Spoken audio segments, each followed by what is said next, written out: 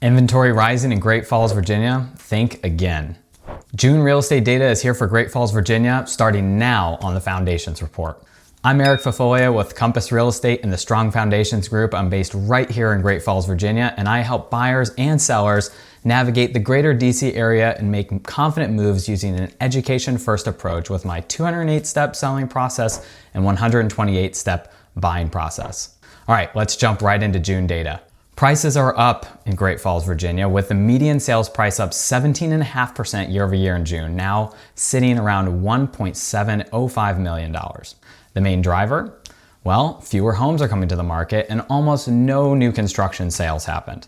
The median time it took to sell a home was just 6 days, down from last year, meaning homes are moving quickly when they're priced well and prepared beautifully. Compare that to the greater Fairfax County area market where homes are taking a little bit longer to sell. Sellers in Great Falls received on average 98.8% of their original list price, slightly below last year. That tells me some sellers are aiming high on the list price, but affordability challenges and higher rates are keeping buyers cautious, and so they're making slightly lower offers. Only 19 new listings came on the market in June in Great Falls, a 24% drop from last year, and a total of 29 homes sold last month.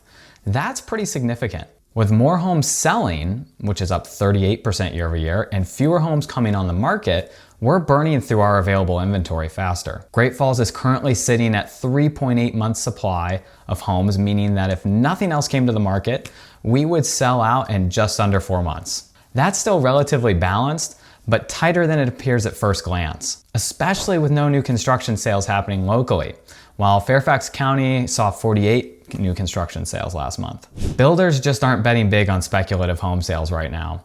With higher material costs, rates, and buyer hesitancy, it's just not penciling out like it used to. So overall, while you might be reading national reports that are saying the real estate market's coming to a halt, that's not clearly happening here in Great Falls. I'm not saying that it won't happen here, but we have yet to realize it in the data. If we continue to sell more homes than what comes on the market, we will reduce our month's supply and demand will continue to stay high. On tap this month in July is the Fed meeting at the end of the month, where there is some expectation of a possible rate drop, although most of us think that may not happen. A rate drop by the Fed could send bond yields down, which in turn could provide some much needed relief for the mortgage rates. If we see mortgage rates drop, then we should expect to see more buyers hop off the sidelines and take their search back to the front burner. No one's too confident these days as headlines shift weekly. Only time will tell.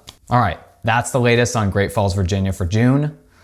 I believe that if you're planning a move, a strong decision starts with a strong foundation of knowledge. If you want to better understand these trends and what they mean for your home or your long-term strategy, I'd love to talk. I'm Eric Fafoglia, your Great Falls neighbor, and I'll see you next month on the Foundation Report.